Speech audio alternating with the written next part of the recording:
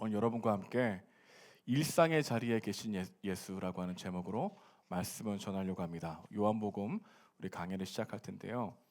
우리의 하루는 대체로 비슷한 리듬으로 시작됩니다. 알람이 울리고 어제와 같은 시간에 눈을 뜨고 어제와 비슷한 길로 집을 나서죠. 하는 일도 크게 다르지 않습니다. 늘 하던 업무, 늘 보던 사람, 늘 오가던 공간들입니다. 우리는 아침마다 습관적으로 휴대폰을 집어듭니다. 오늘 해야 할 일들, 갑자기 추가된 일정들, 지금 답하지 않으면 미뤄질 메시지들.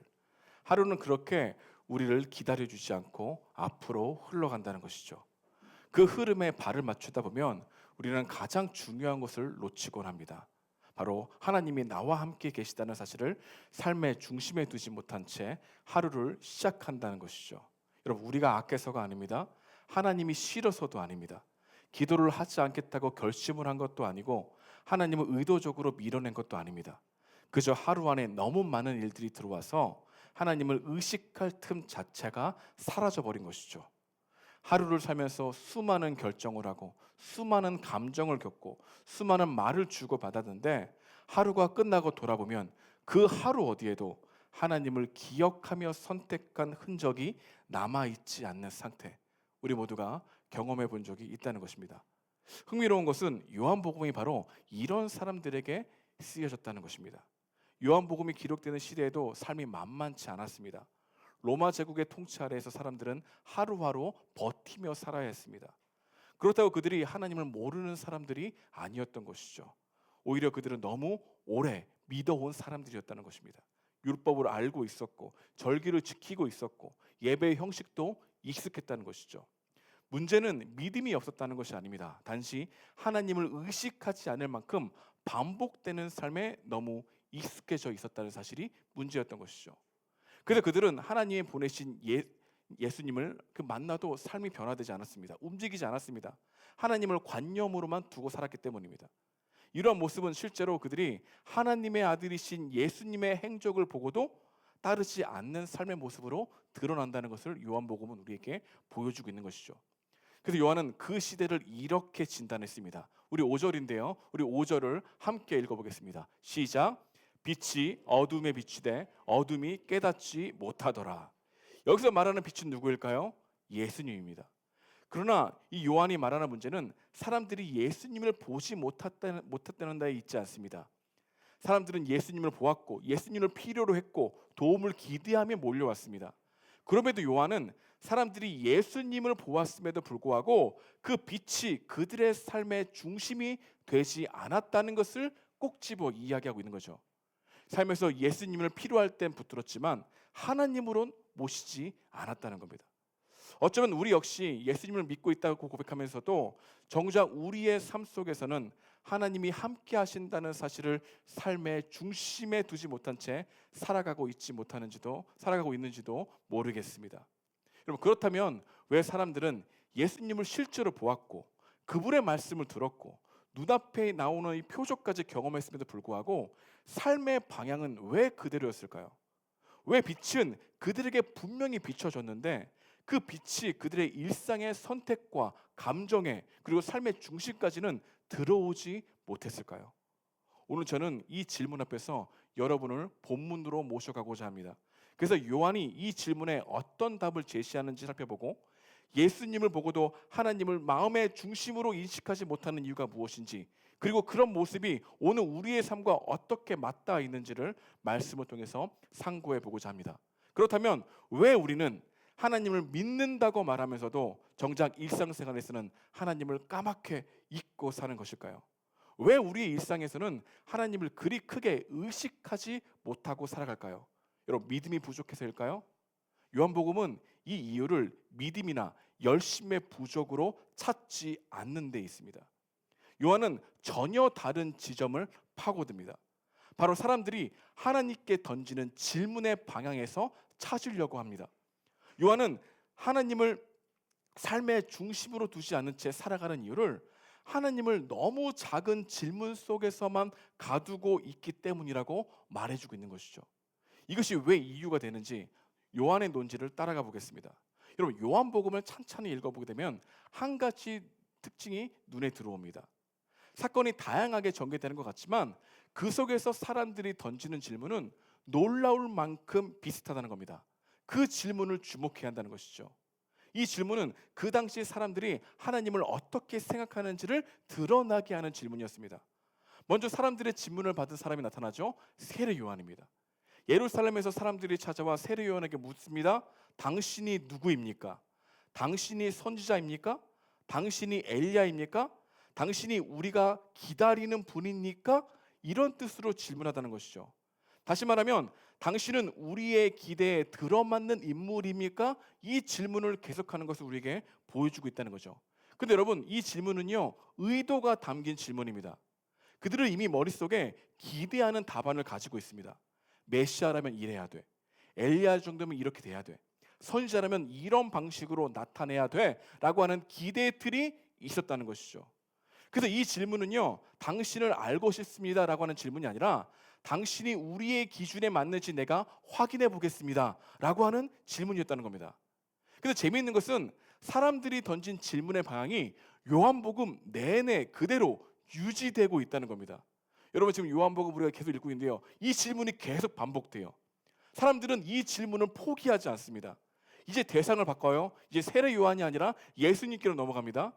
요한복음은 예수님께 질문하는 무리들을 주목하면서 왜 이들이 예수의 실적을 보면서 표적을 보면서도 따르지 않는지를 계속해서 주목하게 바라고 있는 것이죠. 요한복음 2장에 보게 되면은 예수님이 성전에서 장사하는 사람들을 내쫓았습니다. 그리고 그 모습을 보고 사람들이, 무리들이 이렇게 물어봅니다. 당신은 무슨 표적을 보이겠습니까?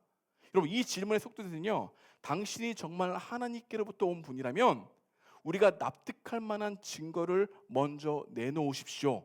다시 말해, 당신이 누구인지부터 증명하라고 하는 요구였다는 겁니다. 그런데 요한복음 6장에 가게 되면 상황이 달라집니다. 예수님은 이미 오병이어라고 하는 기적을 행했어요. 사람들은 실제로 떡을 먹고 배부른 경험을 했습니다. 그런데 그 다음에 사람들은 이렇게 또 말합니다. 당신이 누구이기에 이런 말을 합니까? 같은 질문을 반복하고 있다는 거예요. 당신은 누구입니까? 여러분, 요한복음 8장에 가게 되면 이 질문은 더 노골적입니다. 그리고 10장에서도 이 질문은 멈추지 않습니다. 요한복음에서 예수님이 계속해서 받으시는 질문은 당신은 누구입니까? 라고 하는 질문이라는 사실을 요한은 우리에게 이 글의 흐름 속에서 반복적으로 보여주고 있어요. 여러분, 이 장면들은요, 우연히 나열된 게 아닙니다. 의도적으로 배치된 겁니다. 왜냐하면 요한이 보여주고 싶은 것은 그들이 예수님에 대해서 얼마나 많은 정보를 얻었는지가 아니라 오히려 끊임없이 자기 기준을 가지고 예수님을 판단하려고 드는 그들의 태도를 보여주려고 한 것이죠. 요한은 이렇게 말하고 있는 겁니다. 사람들은 예수님을 제대로 만나기도 전에 이미 자기들 생각한 대로 그분을 단정 짓고 있다고 하는 것을 드러내기 위함이었던 것이죠. 그래서 이 질문을 겉으로 보게 되면 예수님이 누구신지라고 묻는 질문 같지만 실제로는 내가 생각하는 메시아가 맞는지 확인하려고 하는 질문에 불과하다는 것이죠. 그래서 이렇게 표현해 볼 수 있어요. 당신은 내 기대치에 딱 맞는 분입니까? 아니면 실망스러운 분입니까? 여러분, 사람들이 이렇게 질문하는 목적은 한 가지입니다. 예수님을 진심으로 알고 싶어서가 아니라 예수님을 내 생각의 틀 안에 딱 맞게 가두고 싶어서였던 것이죠.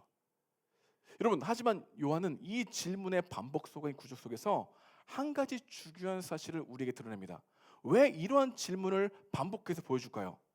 이 질문으로는 예수님을 진짜 볼 수 없다는 것을 말해주고 싶다는 겁니다.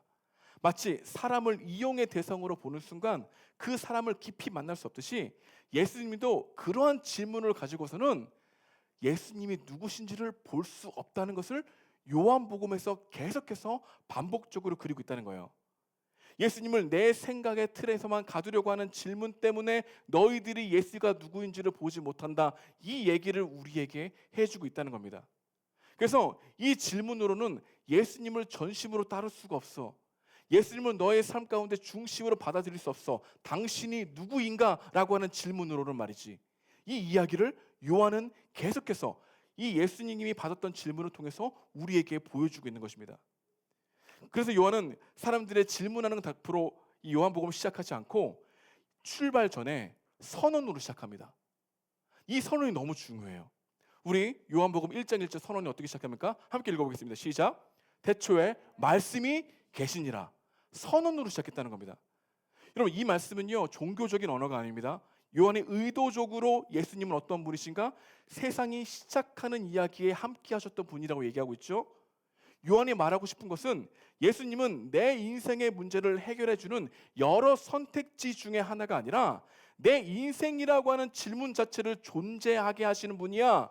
이 문제로 끌어들기 위해서 선언하고 이 질문을 계속했다는 것입니다. 요한은 곧바로 이렇게 말합니다. 만물이 그로 말미암아 지은 바 되었으니 지은 것이 하나도 그가 없이는 된 것이 없느니라. 요한의 논지는 분명합니다.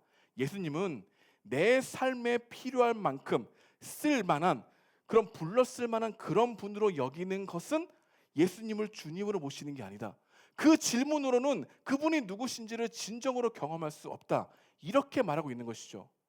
요한복음에서 그들이 예수님께 던지는 질문은 사실 우리가 하나님께 대하여 보내는 태도와 같다는 것을 생각해 볼 수 있죠.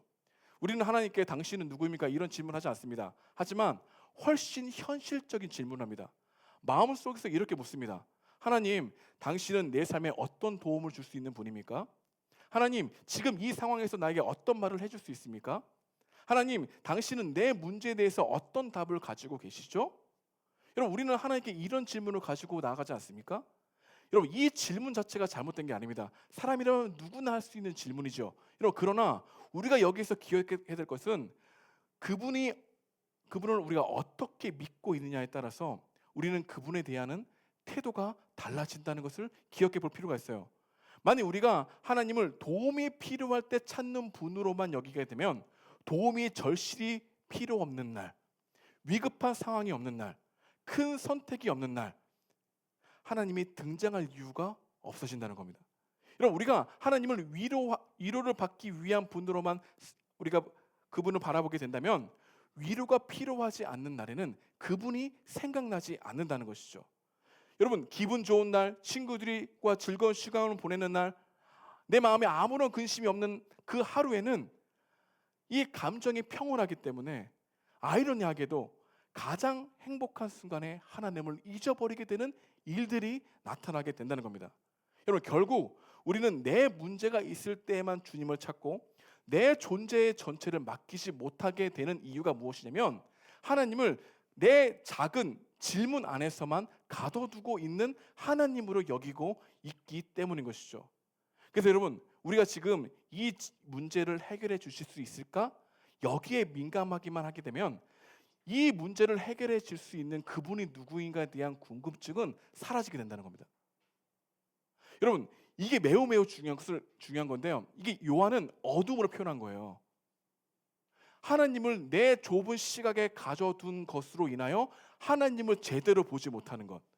여러분, 우리가 던지는 질문이 작으면 하나님을 만나도 그 질문 안에 갇혀있는 하나님만 보게 된다는 것입니다.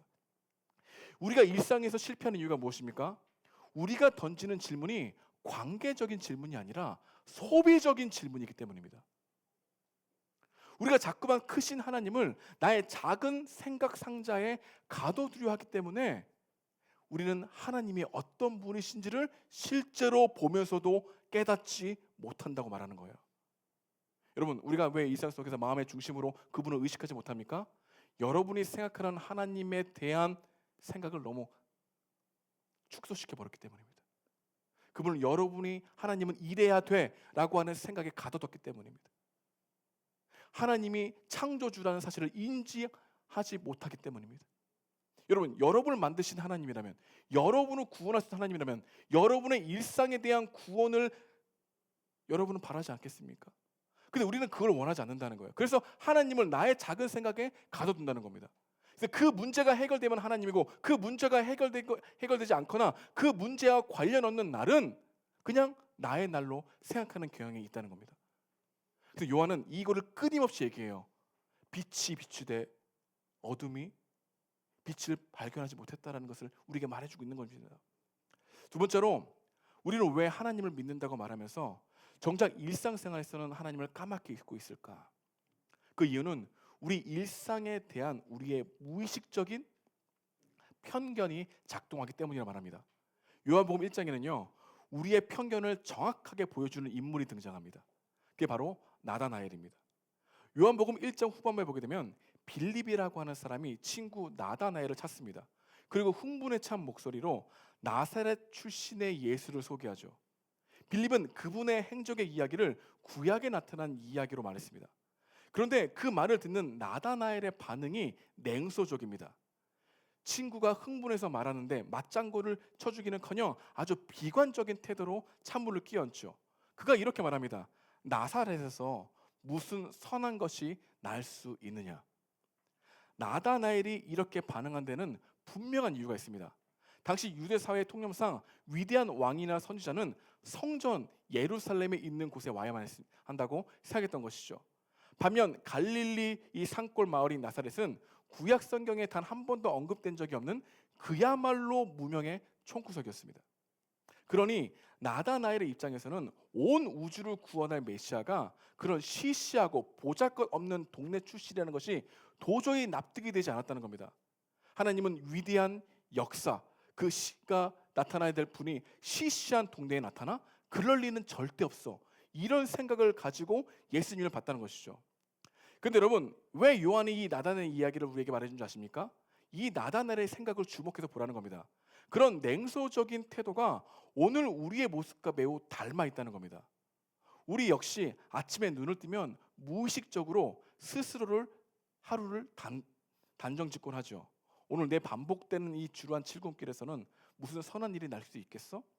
정신없이 바쁜 이 내 사무실 책상 위에서 무슨 하나님의 영광이 나타나겠어? 기저귀를 갈고 설거지를 하는 이 집안일 속에서 무슨 거룩함이 있어? 우리는 매일 반복되는 일상생활에서는 결코 거룩한 일이 일어날 수 없다고 하는 생각이 나다나엘이 했던 생각과 같다는 것을 보여주고 있는 거죠. 우리가 일상생활에서 하나님을 잊어버리는 결정적인 이유는 우리가 하나님이 계실 것 같은 장소와 그렇지 않을 것 같은 장소를 마음속에서 스스로 나눠두기 때문입니다. 자동적으로 말이죠. 예배당과 이 기도실에서는 하나님이 계신 것 같고 출근길과 지하철과 회사 책상 앞에서는 하나님이 계시지 않을 것처럼 무의식적으로 반응하게 된다는 겁니다.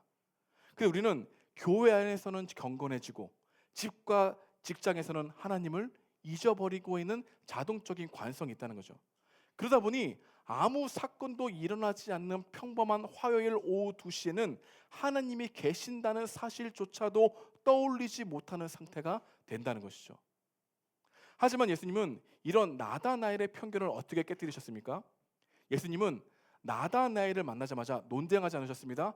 아주 놀라운 말씀을 그에게 해주고 있어요. 우리 48절인데요. 우리 함께 읽어보도록 하겠습니다. 시작. 빌립이 너를 부르기 전에 내가 무화과 나무 아래에 있을 때 내가 보았노라. 여러분, 당시 경건한 유대인들은요, 무화과 나무 아래에서 혼자 묵상하거나 기도하곤 했습니다. 즉 그곳은 나다나엘의 지극히 개인적이고 은밀한 일상의 공간이었던 것입니다. 아무도 보지 않는다고 생각한 그 평범한 시간, 그 혼자만의 자리에 앉아 있었던 자신을 예수님이 알고 계셨다는 것을 깨닫게 되자 그는 예수님에 대한 태도가 완전히 달라졌다는 걸 보여주고 있죠. 냉소적이던 그가 즉시 무릎을 꿇고 당신은 하나님의 아들이십니다 라고 하는 고백을 하게 됐다는 겁니다. 나다나엘이 무엇을 깨달은 것이죠? 하나님은 거룩한 성전에만 계신 것이 아니라 나사렛과 같은 이 총구석, 아무도 주목하지 않는 무화과 나무 아래에 지극히 평범한 일상 속에서도 나를 지켜보고 계시는 분이라는 것을 깨달았을 때 그는 편견이 산산조각 났다는 것을 우리에게 보여주고 있는 거죠. 여러분, 사랑하는 여러분, 우리가 왜 일상생활에서 영적인 실패를 경험합니까? 나사렛을 무시했기 때문입니다. 내 직장과 가정과 학교를 하나님이 계시지 않는 사소한 것으로 치부해버렸기 때문입니다. 하나님을 주일 예배 드리는 공간에만 갇혀있게 만들었습니다.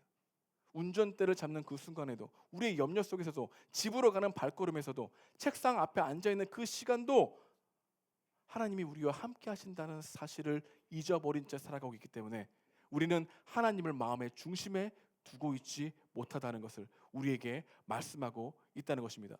주님이 여전히 나다나엘과 같이 나를 지금 보고 계시다라고 하는 인식이 우리 앞에 있을 때 우리는 나의 삶의 중심으로 주님을 계속해서 초대하는 열심을 가지게 될 수 있다는 것을 말해주고 있다는 것이죠. 마지막 세 번째로 우리는 왜 하나님을 믿는다고 말하면서도 정작 일상생활에서는 하나님을 까맣게 잊고 있을까? 그 이유가 뭔지 아십니까? 영광에 대한 오해가 있기 때문입니다. 요한복음 1장에 보게 되면 세례 요한이 등장하죠. 그는 단순한 조연이 아닙니다. 사람들의 시선이 그에게 집중되었고 그의 말 한마디 한마디가 사람들에게 영향을 주었던 인물이었습니다. 다시 말해 세례 요한은 충분히 자기 자신을 중심에 두고 살아갈 수 있는 존재였던 것이죠. 그런데 그는 사람들이 하는 질문을 통해서 자신에게 어떻게 소개합니까? 나는 아닙니다. 나는 그리스도가 아닙니다. 자신의 정체성은 그분을 높이는 자입니다. 나는 세워야 되겠고 그는 흥해야 되는 분이십니다. 라고 하는 고백을 하는 모습을 우리에게 보여주고 있죠. 근데 그렇게 말한 이유는 이 세례 요한이 예수님의 영광을 받기 때문이라고 말하는데 그 영광은 이런 영광입니다. 보라, 세상 죄를 지고 가는 하나님의 어린 양이로다 라고 하는 예수님이 어떤 분이신지를 그 영광을 본 후에 자신은 세워야 되겠고 예수 그리스도는 흥해야 된다는 고백을 하게 했다는 것이죠. 그렇다면 세례 요한이 본 그 영광이 무엇일까? 여러분, 그 영광은 우리가 생각하는 영광과 다르다는 겁니다. 여러분, 우리는요 홍해가 갈라지고 병이 즉시 낫고 기도하자마자 문제가 해결되고 눈에 보이는 극적인 변화가 일어나는 순간들을 뭐라고 생각합니까? 영광으로 생각합니다. 그래서 아무 일도 일어나지 않는 이 평범한 하루, 반복되는 출근길, 집안일 속에서는 하나님의 영광을 기대하지 않죠. 그런데 요한복음은 우리에게 이것을 보여줍니다. 영광을 주목해서 봐라. 그 영광이 무엇인가를 우리가 분명히 인식할 때 하나님이 너희 일상생활에서 어떻게 일하시는지를 볼 수 있다. 이 얘기를 하고 싶었던 것이죠. 그래서 그 영광을 이렇게 표현합니다. 우리 요한복음 1장 14절인데요. 우리 함께 읽어보겠습니다. 시작. 말씀이 육신이 되어 우리 가운데 거하심에 우리가 그의 영광을 보니 은혜와 진리가 충만하더라. 여러분, 요한이 말하는 영광이 무엇입니까? 말씀이 육신이 되었다는 것. 곧 하나님께서 연약한 인간의 자리, 죄와 실패의 자리, 가장 평범하고 초라한 현실 가운데 직접 들어오셨다는 사실 그 자체가 하나님의 영광이라고 선포하고 있죠. 여러분, 하나님의 영광이 우리 가운데 어떻게 비춰지고 있습니까? 우리의 연약함을 피해가는 방식이 아니라 그 연약함을 덮어주는 방식으로 너희 가운데 영광이 임하고 있는 것을 발견한 사람만이 하나님을 내 삶의 중심으로 여기는 일상을 살아갈 수 있다는 것을 우리 요한이 우리에게 말해주고 있는 것입니다.